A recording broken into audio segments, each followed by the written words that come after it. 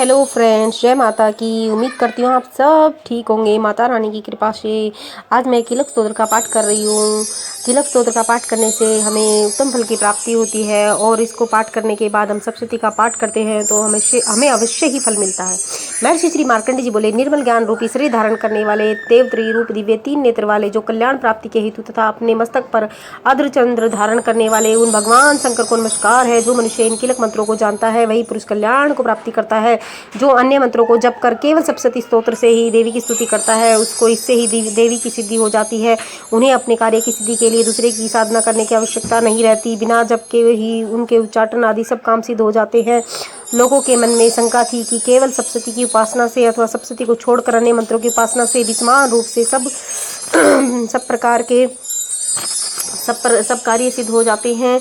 तब इनमें कौन सा श्रेष्ठ साधन है। लोगों की इस शंका को ध्यान में रखकर भगवान शंकर ने अपने पास आए हुए जिज्ञासुओं को समझाया कि यह सप्तशती नामक संपूर्ण स्तोत्र ही कल्याण को देने वाला है। इसके पश्चात भगवान शंकर ने चंडिका के सप्तशती नामक स्तोत्र को गुप्त कर दिया। अतः मनुष्य इसको बड़े पुण्य से प्राप्त करता है। जो मनुष्य कृष्ण पक्ष की 14 अथवा अष्टमी को एकाग्रचित होकर देवी को अपना सर्वस्व समर्पित कर देता है और फिर उसे प्रसाद रूप में ग्रहण करता है, उस पर दुर्गा प्रसन्न होती है, अन्यथा नहीं होती। इस प्रकार सिद्धि के प्रतिबंधक रूप कीलक के द्वारा भगवान शंकर ने स्तोत्र को किलित कर रखा है। जो पुरुष इस सप्तशती को निष्कीलन करके नित्य पाठ करता है वह सिद्ध हो जाता है और वही देवी का पार्षद होता है और वह गंधर्व होता है। सर्वत्र विचरते रहने पर भी उस मनुष्य को इस संसार में कहीं कोई डर नहीं होता। वह आप मृत्यु के वश में नहीं पड़ता और मरकर मोक्ष की प्राप्ति हो जाती है। किंतु इस कीलक की विधि को जानकर ही सप्तशती का पाठ करना चाहिए।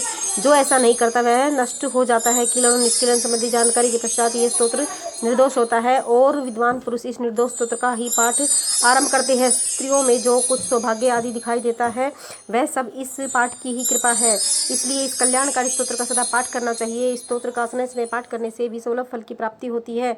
इसलिए उस स्वर से इसका पाठ आरंभ करना चाहिए जिस देवी के प्रसाद से ऐश्वर्य सौभाग्य आरोग्य संपत्ति शत्रुना परम मोक्ष की प्राप्ति होती है उस देवी की स्तुति मनुष्य को अवश्य करनी चाहिए। बोलो शेरावाली माता की जय हो। हे माँ, जो भी भक्तगण इस पाठ को सुन रही है उनकी हर मनोकामना पूरी करना। उन्हें अवश्य ही जल्दी से जल्दी उनको फल